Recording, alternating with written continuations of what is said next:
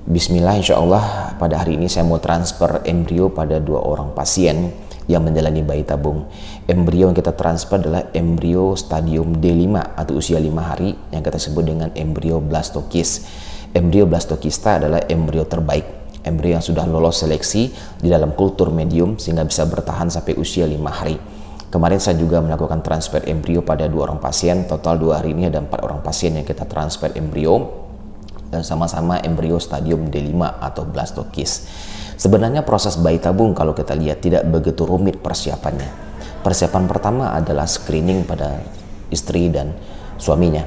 Screeningnya adalah meliputi pemeriksaan, kalau pada istri pemeriksaan hepatitis B, hepatitis C, HIV, dan penyakit TORS, tokso, rubella, sitomegalovirus, dan herpes. Sedangkan pada suami cukup pemeriksaan hepatitis B, hepatitis C, dan HIV. Setelah kita pastikan keduanya hasilnya negatif, baik suami maupun istri, maka si istrinya kita suruh datang pada haid hari kedua. Pada haid hari kedua kita lakukan pagi harinya pemeriksaan hormon basal. Hormon yang kita periksa adalah hormon FSH, LH, estradiol, dan progesteron. Kemudian kita lakukan USG transvaginal, kita ukur berapa modal kita atau jumlah folikel antral yang merupakan modal kita yang akan kita tumbuhkan menjadi sel telur matang. Kemudian berdasarkan usia, cadangan telur, dan lain sebagainya, kita tentukan dosis yang kita gunakan untuk kita berikan pada pasien ini. Kemudian kita mulai penyuntikan hormon untuk merangsang pertumbuhan sel telur. Suntiknya adalah di daerah pusar di bawah kulit. Jumlah suntikannya ada yang 8 kali, ada yang 10 kali, ada yang 12 kali, dan lain sebagainya. Intinya kita ingin menumbuhkan semua sel telurnya menjadi matang, tapi minimal kita mendapatkan 3 folikel sel telur matang dengan diameter lebih dari 18 mm.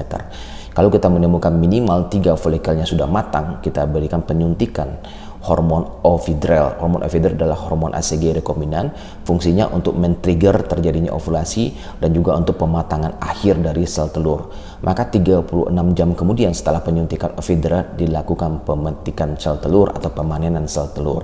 Di sini pasiennya dibius, kemudian dengan menggunakan USG transvaginal, yang USG transvaginal kita hubungkan dengan jarum kecil, maka nanti kita masukkan jarum kecil tersebut lewat vagina ke dalam rongga perut si pasien, dan semua sel telur yang matang itu kita sedot satu persatu, dan semua sel telurnya kita kumpulkan di laboratorium, kemudian dicek oleh embriolog. Kemudian masing-masing sel telur yang matang dan sel telur yang normal itu disuntikan dengan 1 ekor sperma.